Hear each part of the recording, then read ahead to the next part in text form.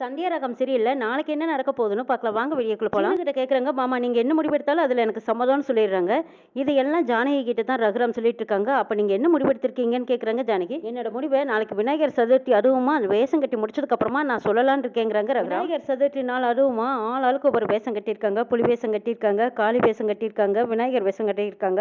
ரகுராம் குடும்பத்தில் பிள்ளையார் கோயிலில் நின்று சாமி கும்பிடுறாங்க. இன்னைக்கு ஒரு முக்கியமான முடிவெடுக்க போறேன். இதில் எல்லாத்துக்கும் திருப்தியா இருக்கணும்னு வேண்டிக்கிறாங்க ரகுராம். நான் இன்னைக்கு ஒரு முக்கியமான முடிவெடுக்க போறேன். இதுல எல்லாத்துக்கும் சம்மதமா தானே இருக்குன்னு கேக்குறாங்க. நீங்க என்ன முடிவெடுக்க போறீங்கன்னு எனக்கும் தெரியும். எங்க எல்லாத்துக்கும் சம்மதம் தான் நினைக்கிறாங்க பத்மா. ஆனா நீங்க என்ன முடிவெடுத்தாலும் எனக்கு சம்மந்தம். உங்க வார்த்தையை நாங்க மீற மாட்டோங்கிறாங்க பத்மா. வீட்டுல சில பிரச்சனைகள் காரணமா பஞ்சாயத்து வரைக்கும் போயிட்டு வந்தாச்சு. மறுபடியும் குழப்பம் வரக்கூடாது இல்லையா? அதனால தான் தெளிவான ஒரு முடிவு எடுத்திருக்கேங்கிறாங்க. சீனு மேல எங்களை விட உங்களுக்கு தான் அக்கறை அதிகமா இருக்கு. நீங்க என்ன முடிவு எடுத்தாலும் அதுல எங்களுக்கு சம்மதம் தான் சொல்றாங்க பத்மா. விநாயகர் ஊர்வலம் கிளம்பி போயிட்டு இருக்குது. ஊர்வலம் எல்லாம் எப்படி போகுதுன்னு ரகுராம் கேக்குறாங்க. சிறப்பா நடக்குதுங்க ஐயா. நீங்க எங்க கூட இருந்தீங்கன்னா அதுவே போதுங்கிறாங்க. ஐயா ஊர்க்காரங்க எல்லாரும் வேஷம் கட்டிட்டாங்க. உங்க குடும்பத்திலயும் வேஷம் கட்டினவங்க எல்லாரும் வந்தாங்கன்னா ஊர்வலத்தை தொடங்கிடலான்னு கேக்குறாங்க. ஆமா எங்க வேஷம் கட்டி பண்ணவங்க இன்னும் காணான்னு கேக்குறாங்க ரகுராம். சாதாரணமா எங்கேயாவது வெளியில கிளம்புறதுக்கே லேட் பண்ணுவாங்க. இன்னைக்கு சொல்லவா வேணும்? அதுவும் வேஷம் கட்டி வருதுன்னா சின்ன வேலையா? அதான் நானும் எதிர்பார்த்துட்டு இருக்கிறேன். இன்னும் காணான்னு ஜானகி எதிர்பார்க்குறாங்க. அடடே அதே பாருங்க நம்ம ஆளுங்களாம் வந்துட்டாங்க பாருங்கங்கிறாங்க. அட ஆமா ஆமா இது யார் அப்படின்னு பாட்டி கேட்குறாங்க. சிவன் பார்வதி தாங்கிறாங்க. அது தெரியுது. ஆனா வேஷம் கட்டியிருக்கிறது யாருன்னு கேட்கும்போது சிவாவும் நம்ம பார்வதியும் தாங்கிறாங்க.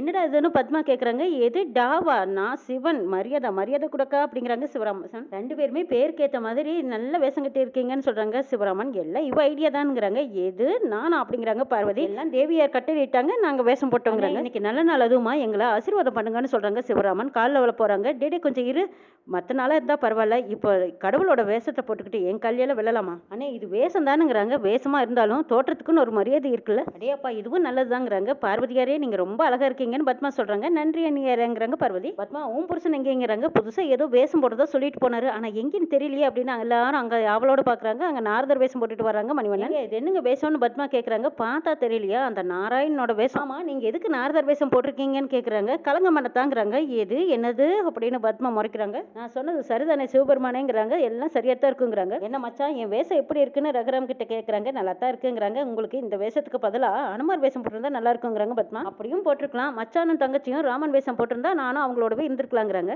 மாப்பிள்ளை அவங்க ரெண்டு பேரும் வேஷம் போட்டு தான் அப்படி நிரூபிக்கணுங்கிறது இல்ல. நிஜமாலுமே ஊருக்கு முன்னாடி அவங்க ரெண்டு பேரும் அப்படித்தான் வாழ்றாங்க. அதே நீங்க சொல்றது சரிதான். ஆனா இன்னைக்கு ராமன் வேஷம் போட்டிருக்கிறது யார் தெரியுமா? அங்கனை சூடுங்க அப்படிங்கிறாங்க. எல்லாரும் அங்க திரும்பி பாக்குறாங்க. சீனு ராமன் வேஷம் போட்டு வந்து நிக்கிறாங்க. என்னடா சீனு வனவாசம் போற ராமன் வேஷம் போட்டுட்டு வந்து நிக்கிறியான்னு கேக்குறாங்க பாட்டி.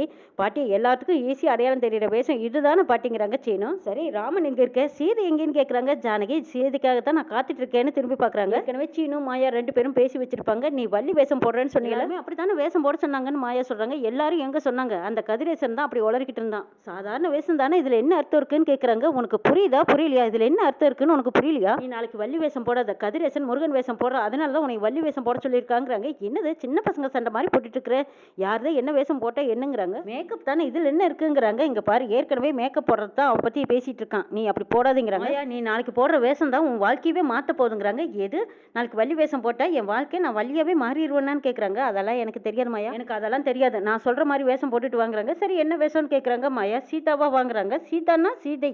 ஏன் நான் வள்ளி வேஷம் போட்டா அதுல உனக்கு என்ன வந்ததுன்னு கேக்குறாங்க.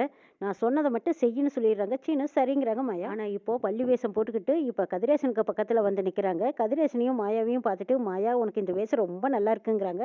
இதோ என் வள்ளி வந்துட்டாலே, வா வள்ளி என் பக்கம் வந்து நில்லுன்னு கதிரேசன் கூப்பிடுறாங்க. மாயாவும் கிட்ட போய் நிக்கிறாங்க.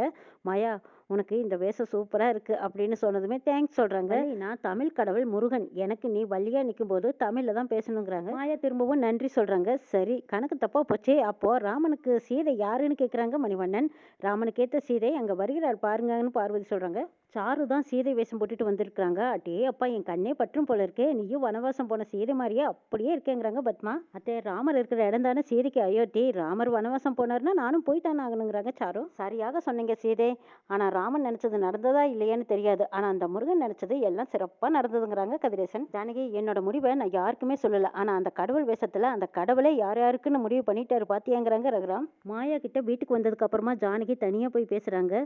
உங்க பெரியப்பா உனக்கு கல்யாணம் பண்ணி வைக்கணும்னு முடிவு பண்ணிட்டாங்க. உங்க பெரியப்பா எடுத்த முடிவுல உனக்கு விருப்பம் இருக்கா இல்லையான்னு கேக்குறாங்க ஜானகி.